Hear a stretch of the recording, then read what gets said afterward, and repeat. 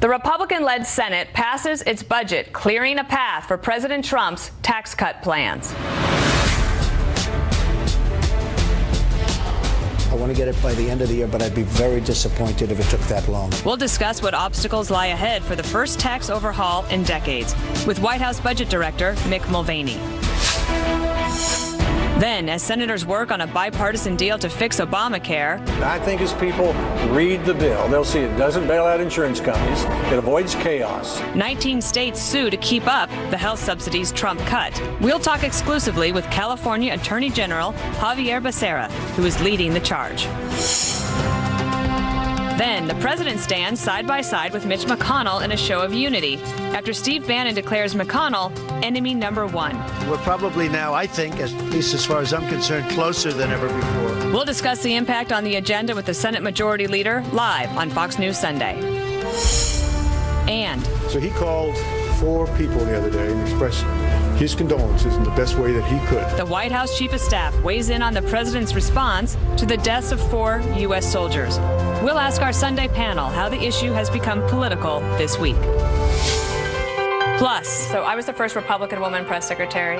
You are the second, but you are the first working mother. Sarah Sanders on balancing life at home and at the White House. All right now on Fox News Sunday. And hello again from Fox News in Washington. President Trump's drive to overhaul the nation's tax code cleared a major hurdle this week when the Senate approved its budget blueprint. The House is poised to adopt it next week. In an op-ed in this morning's USA Today, President Trump writes, revising our tax code is not just a policy discussion, it is a moral one, because we are not talking about the government's money. We are talking about your money, your hard work. We begin here in Washington with the White House Budget Director, Mick Mulvaney. Sir, welcome back to Fox News Sunday. Good morning. And Thank my you for first time having me. here, my first guest on the first ever Fox News Sunday. I'll try hard not to screw up too badly. Okay, me too.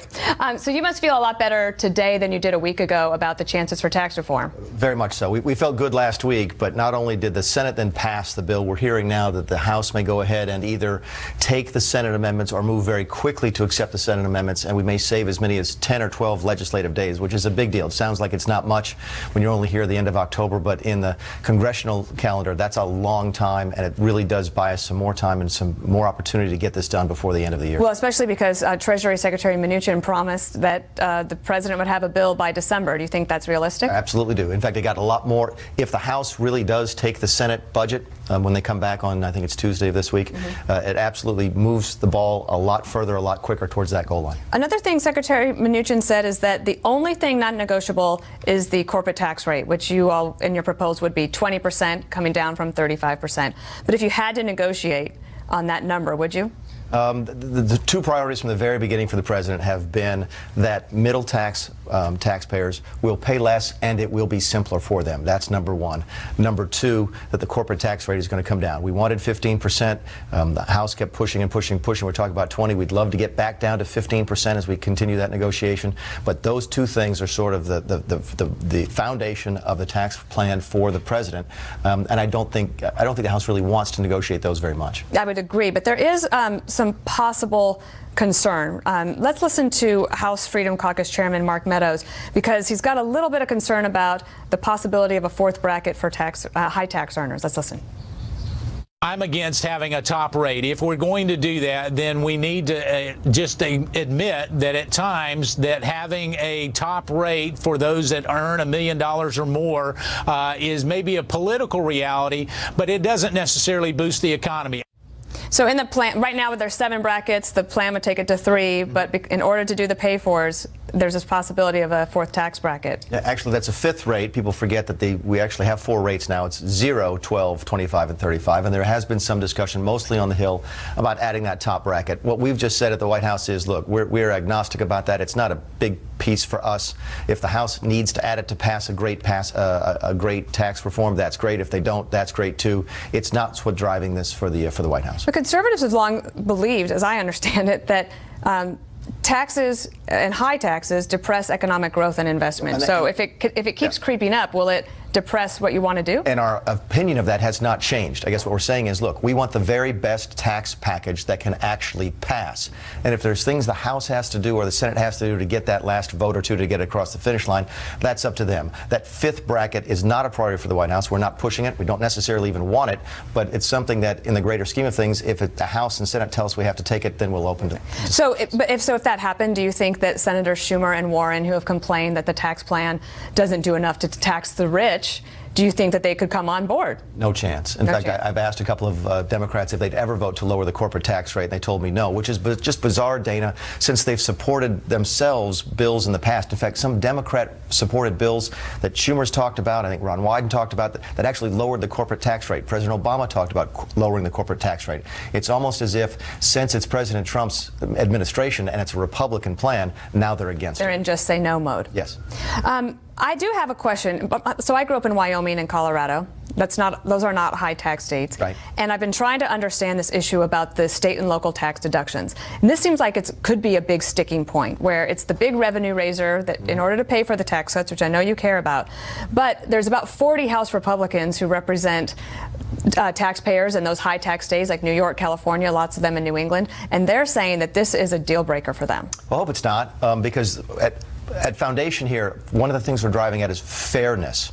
And if you live in Wyoming and I live in New York and we make the same amount of money, our house is worth the same amount of money, our cars are worth the same amount of money, all other things being equal, shouldn't we pay the same amount of federal tax? I think it's yes. The president thinks it's yes. Secretary Mnuchin thinks it's yes. Most people think that we should pay the same amount.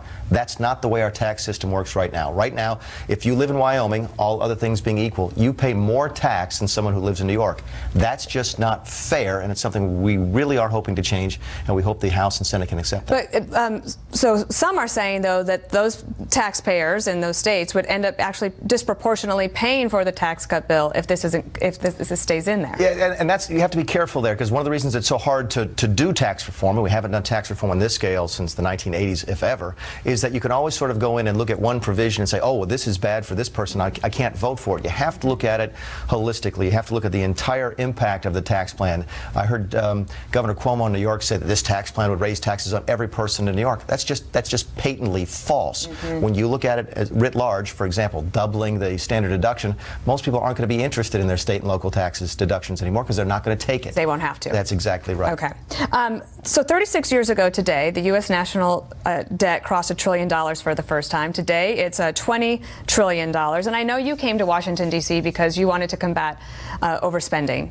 And well, you even talked about it, actually, in January at your confirmation hearing. Can we listen to that? Sure. Trip down memory lane.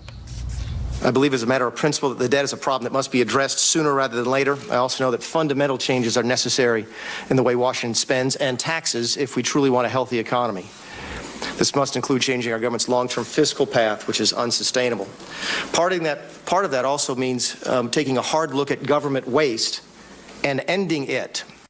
So I know that your principles haven't changed. Yeah. I fully understand that politics has, but have the economics changed? No, all it's changed is sort of the politics. Well, what's changed is that we sent $54 billion worth of discretionary spending reduction ideas to the House, Dana. I think the House took maybe $4 or $5 billion of it. I don't think the Senate took any of it. It's very, very hard in this environment to lower spending.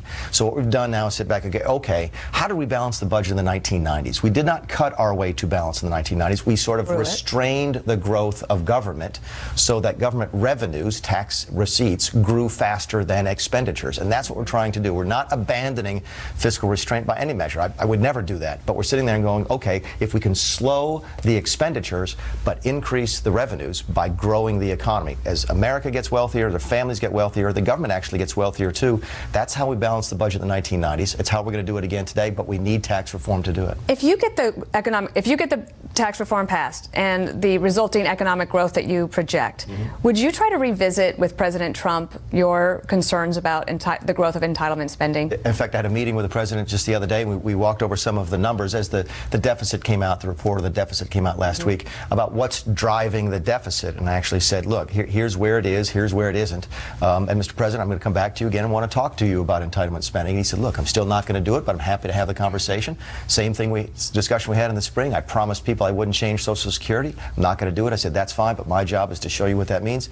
I think that's the right way to do it. it. And I think that if we do get this growth, Dana, above 3%, you're going to start to see that deficit trend down, which is what's driving everything we do. Are you concerned about the uncertainty in the healthcare markets with the confusion about whether the president could support the bipartisan short-term fix of Alexander Murray, that would hurt your ability to actually hit that 3% growth target? No, not at all. In fact, I'm surprised now that the Democrats are all of a sudden concerned about uncertainty in the healthcare markets when it's been uncertain since the day Obamacare passed. They're concerned now about rates going up when they've been going up since the day it was passed. So again, that's the politics of the day. I think on the CSRs, what you're seeing the president say is, look, I would be okay with making these payments if I get something for people in exchange, if I get something that actually helps people. Give us more ability on associated health plans. Give us more ability to sell across state lines. Give us more ability to expand health savings account. Give us tools that actually help people, and we'll talk about looking at Alexander Murray. When the president goes to the Hill on Tuesday for lunch with the senators, what's the main message he wants them to walk away with? Well, tax reform for certain, but the one thing that doesn't get a lot of discussion,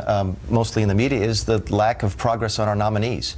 We're very excited to hear Mr. McConnell commit this week to having the Senate starting to work on Monday and Friday and even the occasional weekend.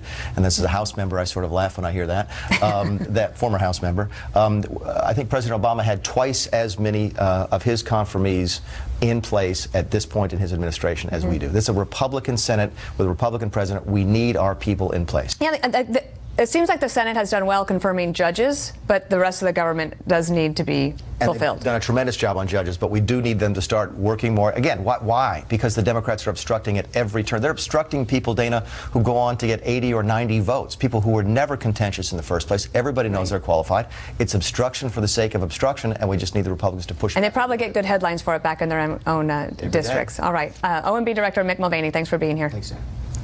All right, joining us now from Sacramento is Javier Becerra, the Attorney General of California. He is leading a coalition of 18 states and the District of Columbia against the Trump administration's effort to end Obamacare payments to insurers. It's just one of California's many lawsuits against the Trump administration on everything from health care to immigration to clean energy. Sir, thank you for being with us today. Thanks, Dana. So a federal court had ruled that the payments that actually I was just talking about with Mick Mulvaney about, the CSRs, these subsidies for health care payments, that they themselves were unlawful because they were never appropriated by the Congress. So tell me about your lawsuit and how you expect to win it given that information. So that decision has been put on hold. The Obama administration first, now the Trump administration are in court against that decision, and we have now as states joined in that effort as well to try to keep not only that decision on hold but permanently on hold and to move forward with the Affordable Care Act because millions of people depend on it. Some 7 million people will probably be affected if the Trump administration's efforts to kill the cost-sharing subsidies that people depend on to afford their deductibles and their co-payments in their insurance are taken away. What is the timeline for your lawsuit? Do you know when you'll expect to hear anything back from the courts? Well, we went in asking for the court to give us an emergency ruling to stop what the Trump administration did last week, or a little bit more than a week ago, because it was supposed to, under the Trump administration, take effect immediately under their order.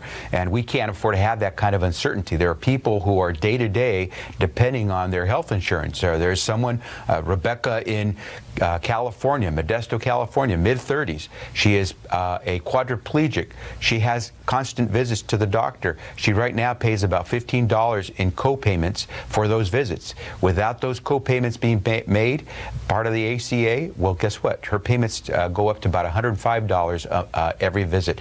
Someone like that cannot afford to have this kind of uncertainty hanging over her. She requires that health care. She depends on it. Given all the uncertainty that we were just talking about, going forward, would you personally support something like what Senator Bernie Sanders has suggested, which would be a Medicare for All plan? Oh, absolutely. I've been a supporter of Medicare for All for the 24 years that I was in Congress. This year, as Attorney General, I would fight for that if we had an opportunity to put that forward in the state of California, because I think what we do is we give people that certainty that they're going to be able to access a doctor or a hospital. The worst thing we used to have was situations where young families wouldn't know if they should take their children to the hospital because it could lead to personal bankruptcy. That ended with the Affordable Care Act. We can't go back to those days. And so absolutely, when you give people access to Medicare and talk to seniors who have their Medicare who say, keep your hands off my Medicare, I think it would have the same effect for most Americans if they knew they could depend on something like Medicare for themselves as well. Then we'd have to call Mick Mulvaney back to ask him how we're going to pay for it. Let me move on to the fact that you're also Actually, it saves us money, Dana. It saves us a great deal of money, and that's why we continue to have Medicare for seniors. Maybe we can have you back, and we'll have the big debate when that ever actually ripens into an issue. Let me ask you about the lawsuit that you filed about Dreamers and DACA. I'm curious that the president has asked the Congress to come back to him with an actual law instead of relying on the Obama executive order for Dreamers. So why not wait to see how that turns out before pushing forward on this lawsuit? Well, again, if the Trump administration weren't putting people's lives at risk, their ability to continue to go to school, to work, to provide for their family, then perhaps we could wait. But Donald Trump didn't wait. He decided to repeal the DACA program altogether, and now we have to act because we can't afford to put people in this kind of limbo. So we're out there to protect, at least in California, more than 200,000 young people who are fighting really hard to continue to show that they belong in America. But he's also said that he wouldn't deport them. So, are they fearful for no reason at this point? Dana, if we had that kind of certainty, things would be different, but we don't. We know of Dreamers who have been deported for no reason, no criminal history, nothing that they particularly did. And at the same time, you don't want to put people in limbo this way. Just the way Rebecca doesn't want to lose her affordable care insurance because someone says, well, don't worry, we'll find another way for you to do it. She can't afford that because she, as a quadriplegic, has to know that she can make her doctor's visits. The same thing with all those Dreamers in America who know America as the only home they've ever had. We can't afford to put them in limbo either, and that's why we're out there going to fight as hard as we can. I say that not just as the AG, but as the son of immigrants. Can I ask you one last question? And I have to kind of make it quick, but so there's all of these lawsuits that you're filing.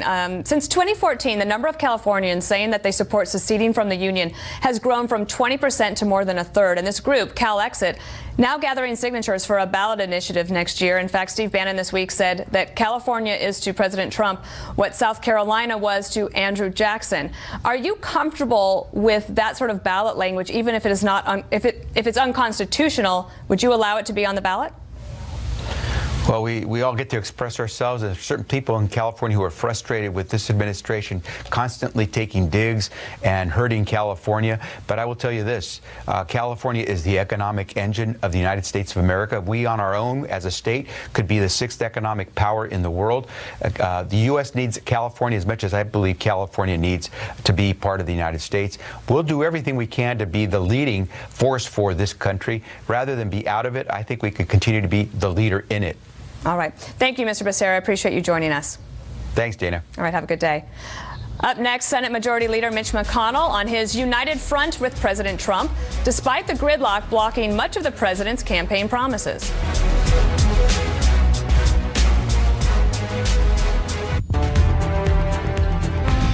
As pressure from the president and Republican voters builds for a legislative win after the failure of repeal and replace, Senate Republicans scored a win this week by passing a budget deal, paving the way to pass tax reform, a major Republican priority.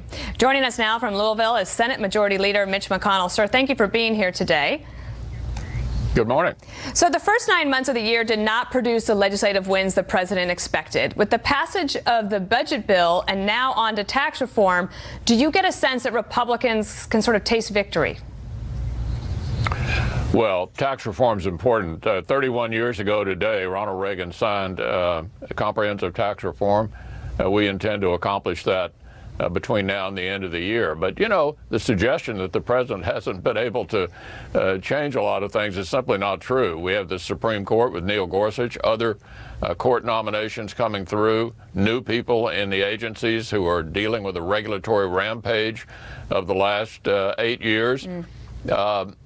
The president's making a lot of changes, and the Senate, since it's in the personnel business, is helping the president accomplish these changes. But we intend to achieve tax reform as well. So healthcare was hard. Tax reform apparently sounds like it's supposed to be easier. I don't exactly know how that is, but I could see that the path, especially at 51 votes, makes sense. But I don't know if you heard, Mick Mulvaney was talking about this possibility that there might be a compromise where an additional tax bracket would be added, maybe a so-called millionaire's tax. Is that something that you could support? You know, Dana, I hate to get into the details of this. It's going to be hashed out in the open in the Ways and Means Committee in the House and the Finance Committee in the Senate. I can tell you what the overall goal is: middle-class tax relief, the stopping of job exportation because of our horrible business tax structure in this country, to get the country growing again. That, coupled with the regulatory changes the president's already implementing, we think give us a chance to achieve at least 3% growth. There wasn't a single year of 3% growth during the Obama years. That's what we need to get the country growing and going again. The details of it, such as the one you mentioned, are all going to be hashed out in the committees in open process, and then we'll take the bills up on the floor and see what they look like at that point. Okay, moving on. There's Alabama Senate hopeful Roy Moore. The super PAC that you allied with spent millions to boost incumbent Luther Strange, but if Moore is elected on December 12th, he could be a really key vote on tax reform. So your friend, Steve Bannon, he was a major backer of Moore, has made no secret that you are his enemy number one, and that you are the roadblock to the president getting his agenda accomplished. Listen. This revolt is going from Alabama to Arizona. The last couple of days, Mitch has been saying this big thing. Hey, you got to win. You know, winners make policy, losers go home. Hey, Mitch, note to self, Mitch, Big Luther Strange and little Bobby Corker are both going home. These people, Mitch, it's 2-0. And even the president didn't really dispute Bannon's frustration with the Senate Republicans. Like myself, I'll be honest, they are not getting the job done. And I can understand where Steve Bannon's coming from, because I'm not happy about it, and a lot of people aren't happy about it. So, Senator McConnell, is tax reform a must-pass? And if you get that legislative success, is it the antidote to Steve Bannon's agitation against you? Well, let me just say, with regard to the element you were referring to here, they've been out there for a number of years. They cost us 5 Senate seats in 2010 and 2012. We would have gotten the majority sooner. But for the fact that they were able to nominate people who could not win in November. In 14, they were defeated everywhere. In 16, they were defeated everywhere. And the difference is we've been in the majority in 2014 and 2016, 2 Congresses in a row. Look, this is not about personalities. This is about achievement. And in order to make policy, you have to actually win the election. The kind of people that are supported by the element that you've just been referring to are specialists in defeating Republican candidates in November. And that's what this inter-party skirmish is about. Our goal is to nominate people in the primaries next year who can actually win, and the people who win will be the ones who enact the president's agenda. So you mentioned that in the Rose Garden. You talked to the president about those 4 individuals that you just could rattle off the top of your head. But I was curious about 2 conservatives that are now actually very good allies of yours who you didn't initially support in the primaries. That would be, for example, Marco Rubio and Pat Toomey. So could it be that are some good GOP senators that can emerge from primaries that you maybe wouldn't anticipate? Actually, I supported both of those senators. Many times we're on the same side. But the point is, to make policy, you got to win elections. And some of these folks that you've been quoting, as I said, are specialists in nominating people who lose. So that isn't going to help President Trump achieve his agenda. He needs a Republican Senate and a Republican House to confirm judges and to pass legislation that are important to him and to the country. And that's what this is really all about, trying to change America from the Obama years and take it in a different direction. You talked about the judges, and I know you must have spoken about that with the president because he talked about it in your press conference with him in the Rose Garden. On Tuesday, the president's coming to have lunch with you and your members, and apparently they're frustrated, not necessarily with judges, but with the pace of confirmations of other nominees that the administration has put forward. And Mick Mulvaney just said that the president is going to press the Senate on that. What do you think he'll say? Yeah, the Democrats have made it hard, but they can't stop them. I mean, ultimately, we're going to get all of these nominees. They've slowed the process down, which has been pretty exasperating. But they will not be able to win on any of these confirmations. We will confirm them all, both administration positions and to the judiciary. Do you worry, sir, that your personal unpopularity with the Republicans out in the country is weighing down your possibility to make sure that you can keep the Senate next year? Look, I'm not going to be on the ballot in any of these states, and I don't think the candidates who are running need to take a position on me. The people in those states are interested in what the candidates can do for them and for the country. Trying to cook up an issue like this that's irrelevant is only going to create divisions and make it more difficult for us to win in November. But I don't expect any candidate in America to sort of sign up on how they may vote for the majority leader of the Senate a year and a half from now.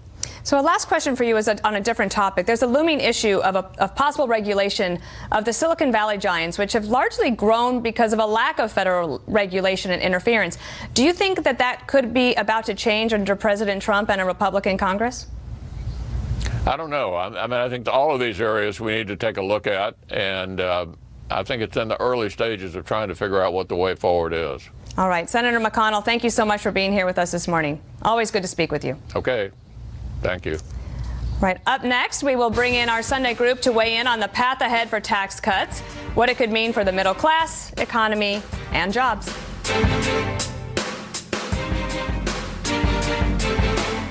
Vulnerable to conspiracy theories and outright fabrication. Some of the politics we see now, we thought we put that to bed. We'll ask our Sunday panel about the power of the former presidents later on Fox News Sunday.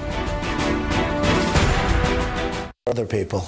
And the call was a very nice call. He was so offended that somebody would be listening to that call. He actually couldn't believe it. Actually, he said to me, "Sir, this is not acceptable." President Trump defending his chief of staff in an interview with Fox's Maria Bartiromo, saying that Congresswoman's attacks on John Kelly were, quote, sickening. And it's time now for our Sunday group, former Republican Congressman Jason Chaffetz, who's now a Fox News contributor, columnist for The Hill, Juan Williams, Julie Pace, Washington bureau chief for the Associated Press, and editor-in-chief of the Washington Free Beacon, Matthew Continetti. You know, I've had a chance to be on the panel, but to never run the panel, so I'll try to do my best. So this is not a controversy that the White House anticipated before the Rose Garden press conference with Mitch McConnell. But as soon as President Trump referenced how his predecessors handled outreach to families of the fallen, I knew they would have a firestorm on their hands. And so the back and forth went on all week and included an appearance by General Kelly in the briefing room, a Gold Star father himself. And then this from Congresswoman Frederica Wilson. I feel very sorry for him because he feels such a need to lie on me, and I'm not even his enemy. And it didn't end there. President Trump also took a stab at Wilson Saturday on Twitter. I hope the fake news media keeps talking about wacky Congresswoman Wilson and that she, as a representative, is killing the Democrat Party. Julie, what is the White House thinking this morning? Well, this, as you said, this was not a fight that the White House anticipated, but it was one that they were led into day after day by the president himself. This is a president who does not like to admit when he is wrong. He does not like to back away from a fight. His strategy tends to be to push forward. So he's really been the one driving this forward every single day. You've seen John Kelly at the podium backing him up. White House officials certainly would like to put their attention on things like tax reform, which is really probably what the president is going to be judged on this year in terms of whether this year has been a success or not. But you saw the president out there again this morning. It's a fight he feels like he needs to win, which is a bit odd because this is a fight where I don't think anybody really comes across looking very good right now. Jason, as a former member of Congress, do you think it was inappropriate for the Congresswoman to reveal the conversation in the first place? It really is almost a sacred moment. You're dealing with a family who's still coming to grips with the fact that their son or daughter has lost their life. And so there's got to be some way to raise the bar and just say, enough is enough. We're talking about military. We're talking about people who've lost their lives. They really do need to move on. Well, let me just say, though, I mean, the argument had been that she said something that wasn't true, that she said that the president said, your son knew what he signed up for, and the idea was, oh, well, Frederica Wilson, this congresswoman from Florida just doesn't like President Trump and said this. And then President Trump seemed to indicate that she had fabricated something. Then it turns out, in fact, Kelly comes out and says, that, oh, no, he did say that. Maybe the context is a little off, but he did say that. And then Kelly attacks her by saying she took credit for the funding for an FBI office in Miramar, Florida, and that wasn't true. So, they're attacking Frederica Wilson in a very aggressive manner. But I just think it's been unfair. And again, it strikes me that especially Kelly's use of the military and patriotism to cover for Trump, I think it's offensive. But isn't that also then, I mean, the same accusation could be made, Matt, about Frederica Wilson. That's why I'm asking, like, it's unfortunate to me that any of this happened because grief is very personal. Commanders-in-chief have to make very tough phone calls because of decisions that they made on their watch. What do you make of all this? Who's politicizing who, right? Right. Everyone seems to be politicizing different aspects of this incident. Larger questions involving what were the soldiers doing in Niger in the first place? Yeah. Well, I'd like to hear an explanation about what exactly the mission was. In fact, we still don't know the full details about the ambush and the assault. You know, President Trump has a two-track presidency. On the one hand, you have the judges, the policies, the deregulations, tax and budget. On the other hand, you have the showman and the constant fights. Last week it was Bob Corker. This week is Frederica Wilson. We don't know who it will Don't be forget next the week. NFL. Always the NFL. That's a long-running plot line. Somehow he's able to balance the two of them together. But we see just this week that one can easily overshadow the other. President Trump might want that to happen, actually. Well, we certainly offer our condolences to the families of the fallen of the U.S. soldiers. And Secretary Mattis had been on Capitol Hill giving Senator McCain more information. Jason, can I ask you about this possibility that the Republicans could get tax reform done? So health care was supposed to be so easy. Right. And now it seems like we all are talking like tax reform is going to happen. Is there a catch? Well, Speaker Ryan said that they were going to stay through Christmas if need be to get tax reform done, only to go on an 11-day recess. Now, the House is poised this week to do something I didn't think they would do, which is pass over a 10-year period a $47 trillion budget that doesn't balance and only has $1 billion that they're supposedly going to cut. So Republicans are swallowing hard on a pillar that's supposed to be very important to them, fiscal discipline, with no cuts. And once they get that done, they're doing it on the promise that they're going to get tax reform, but they haven't introduced the bill yet. And so here we are at the end of October, coming up on it, and they haven't yet introduced a bill. I don't think this is going to be easy. If it was easy, it was going to be done a long time ago. The budget was due by law on April 15th, and now here we are turning the corner, heading up towards Halloween, and they still haven't got that part done. Matt, do you find it strange that conservatives are now talking like deficits don't matter? Well, we've talked like that before in the 1980s, right? It was President Reagan who said, I don't worry about the deficit. It's big enough to take care of itself. So are we back to that? The debt, of course, has increased exponentially under both Republican and Democratic presidents. Right. No one seems to be able to control it for some of those automatic spending reasons that I think that Director Mulvaney mentioned. We'll say this, though. A lot is riding on this tax reform. This is because of the failure of Obamacare repeal and replace, the centerpiece of President Trump's first year in office. If they don't get it done, politics in Washington is going to be upended. Julie, what did you think of this idea that they would add a millionaire's tax in order to help pay for these tax cuts? It's fascinating to hear someone like Mick Mulvaney saying we're agnostic about a fourth tax bracket, a millionaire's tax bracket. Look, it's a play to try to get some more moderates, potentially conservative Democrats on board. I think that you're going to see this internal fight that's happening behind the scenes among Republicans on the details of this really explode into the open, though, if you do see a fourth tax bracket pushed through here. So, but one, if the Republicans add a millionaire's tax, what would Schumer and Warren complain about? Oh, well, still, I mean, I think Congressman Chaffetz is on to something here. It's still, we don't have a revenue stream that would really offset the cost of the tax cuts. Let me just say overall, this was supposed to be about tax reform. Apparently, that's not the issue now. We're just on the tax cuts. So the argument coming from the Democrats is this really is disproportionately beneficial to the very rich. You add the fourth bracket, but it still does nothing in terms of offsetting things like doing away with state and local deductions. That's a big issue. That's a huge. How about home mortgage? Imagine no home mortgage deduction. I mean, I'm sure they're not saying that. Well, they are making the case, and then also less in terms of your retirement contribution. So these are things that would squeeze the middle class. The middle class is not going to benefit because of the added tax on the rich. This state and local tax deduction issue is a big deal. If you're from a state like me in Wyoming, you think, well, that's ridiculous. Why do they get to do that? But for people who live around here, it's a big deal, Matt. That's right. And what's fascinating to me about this fourth bracket issue that you've introduced is When you were serving President Bush, Republicans would never do that. President Trump, though, it shows you how the Republican Party has changed. And in fact, most of President Trump's supporters would have no problem at all with the fourth tax bracket affecting millionaires. It's identity politics, and it doesn't bring along Democrats. Republicans are poised to pass a $47 trillion 10-year budget and didn't get a single Democrat to come along. At least do something Republican in that budget, but they're not going to do that. And so if you're going to give up this fourth bracket, what do you get for it? Doesn't sound like the Democrats are going to come along. Could they use the fourth bracket to pay for dropping the state and local tax deductions? They potentially could, but I think this issue with the state and local taxes is fascinating because you hear states like California, New York, you automatically think Democrats. A lot of Republican representatives. Correct. A lot. There's 40 in the Northeast alone. All right, panel, it's time to take a break. We will see you a little later this hour. We'll discuss the president's decision to greenlight the release of thousands of secret documents related to JFK's assassination. It's a move that has conspiracy theorists buzzing. But first, I return to the White House to check in with the second Republican woman and first mom to serve as White House press secretary.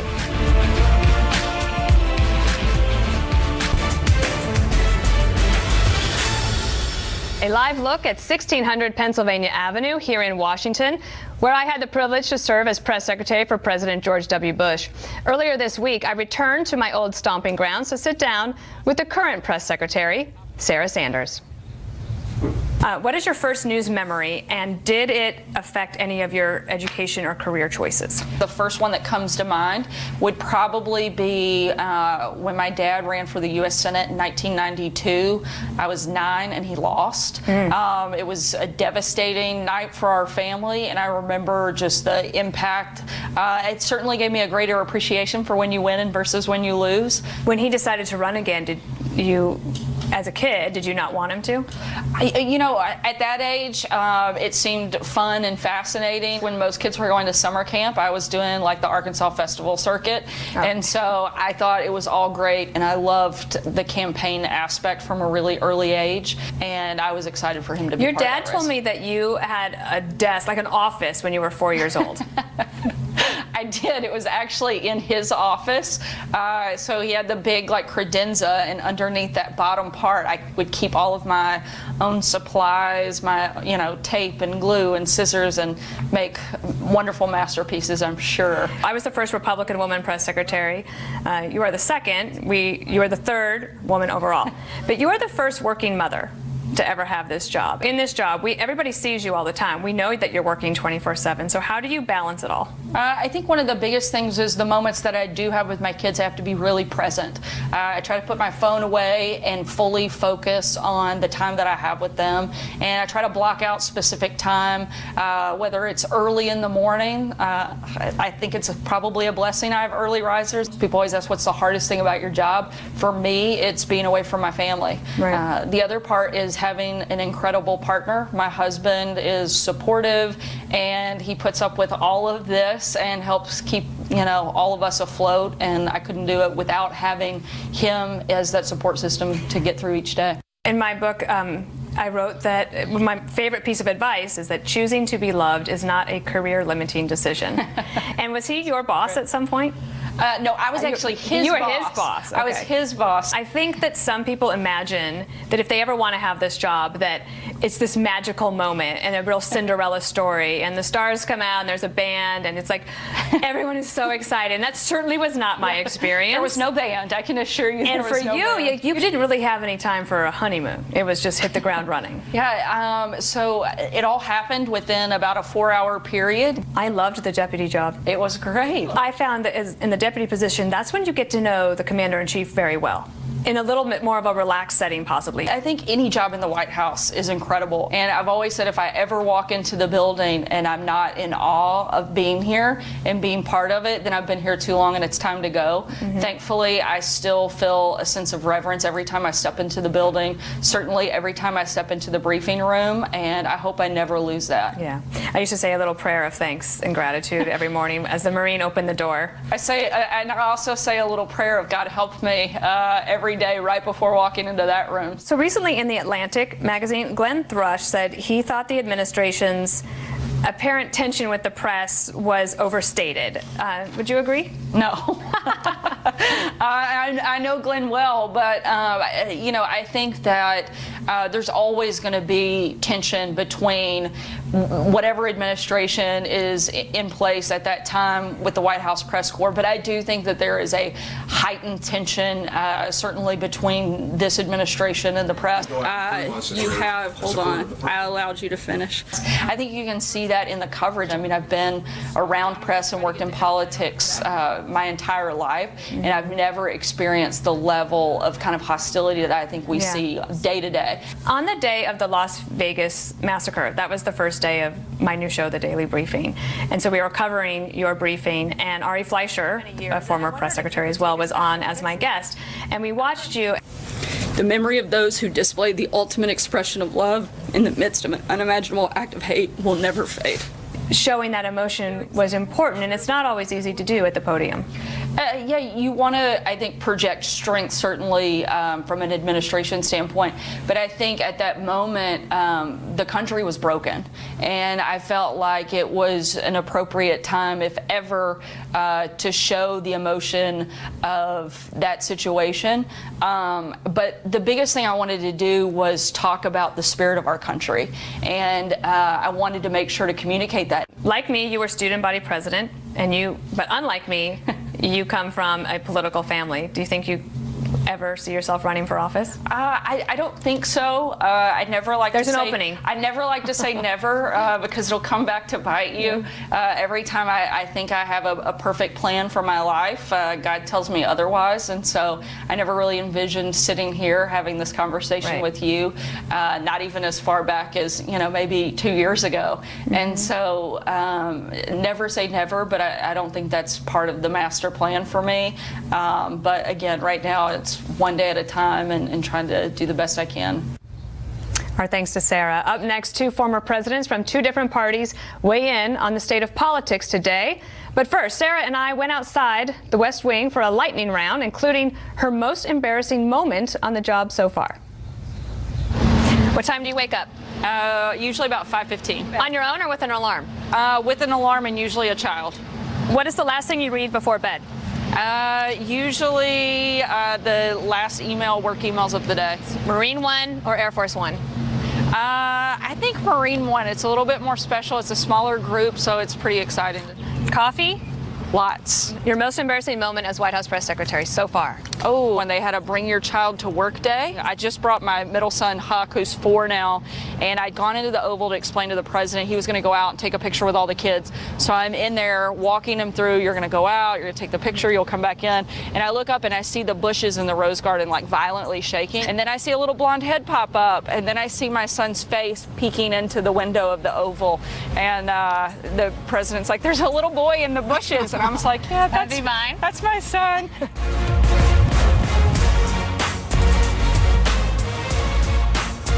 We needed storms. The American people have done what we do best.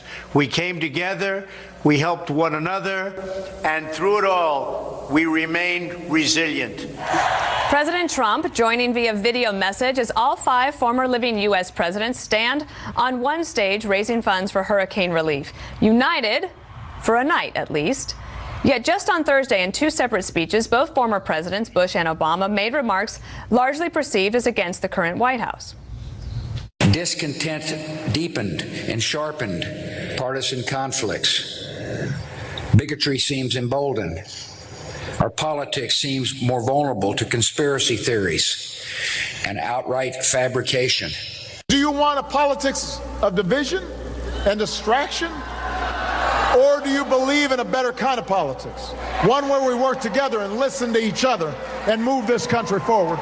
And we are back now with the panel. Julie, the White House didn't take the bait. Watch this.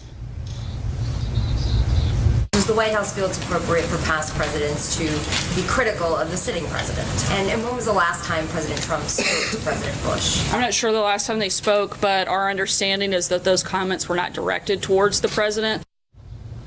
So, Julie, I thought that was skillful and smart. What did you think? I thought it was very smart. Generally, you try to avoid tangling. Even someone like Trump, who, as I was talking about before, likes to tangle on pretty much any issue, you try to avoid tangling with the former occupants of the Oval Office. There's such a small group of people who know what that job is like.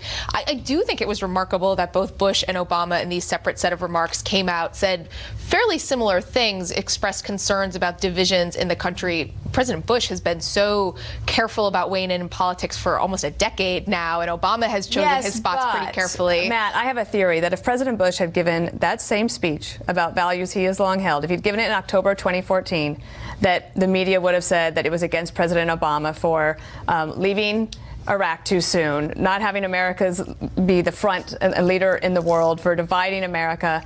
But this time, the media tried to drive this wedge between both President Trump and the former presidents. I do think President Bush's remarks were more general than, say, President Obama's, which were in the midst of a campaign for a Virginia governor. What's striking to me, to the degree that they overlap the messages, I think that feeds into President Trump's critique of the two-party duopoly. It looked like a two-frontal attack, even though they were President Bush's remarks were scheduled a year in advance, and President Obama was in Virginia. Jason, Steve Bannon has said that President Bush was the most destructive president in the history of the country, but that was in the same speech where he was calling for Republican unity. So how's that going? Well, it's pretty hard to rectify those two, but we got to be very careful. I mean, let's attack people on policy, but let's not play into the Democratic hands with this division based on identity. And this identity politics really does scare me. And when you turn that fire internally, hey, that's the fastest way to becoming the minority party. Yeah, well, and I think that all the presidents being together last night and inviting President Trump, or I think maybe even his suggestion to do a video since he couldn't be there, like just to make all that in one, showed a lot about America. Juan, I want to talk to you about President Trump. He's got a big decision whether to release long secret government documents relating to the assassination of President Kennedy. This is what he tweeted. Subject to the receipt of further information, I will be allowing, as president, the long blocked and classified JFK files to be opened. Are you excited about that? Yeah, I think it's interesting to everybody in the country, anybody who's lived through that period and curious about American history. Given what President Bush said about our politics these days being so open to conspiracy theory fabrication, wouldn't it be something if Ted Cruz's dad really was involved? I mean, this would apparently President Trump. We could find out. But here's the thing, Dana. So according to a 1992 law, regarding the Kennedy assassination, everything is supposed to be released by Thursday, the final papers. You got about 3,000 files still there. And then there are other papers that have things that have been redacted. Maybe they would be fully released now. And there's some resistance on the part of Mike Pompeo, the CIA director, because apparently these papers involve the activities of CIA agents who were looking at Lee Harvey Oswald in Mexico City, his ties to the Cubans, to Russia and the like. And it could be that you have some sources, methods of operations revealed, maybe even some negligence by CIA officials. But in terms of real revelation about why Lee Harvey Oswald acted and what happened, it doesn't seem to be there according to historians. Matt, do you want to see him released? I do. It's interesting as a historian, but look, President Trump in 2000 said his base were readers of the National Enquirer. This is a perfect move for his base, because the National Enquirer is going to love what comes out of these files. Yeah, conspiracy theory. A little better than the birther conspiracy. Transparency is never a bad thing. Okay. Jason in the house says open it. Openness, transparency. All right. That's what we're supposed to be about. And that is it for today. I'll see you tomorrow for the Daily Briefing at 2 Eastern on Fox News Channel. Chris is back next week. Have a great week, and we will see you next Fox News Sunday.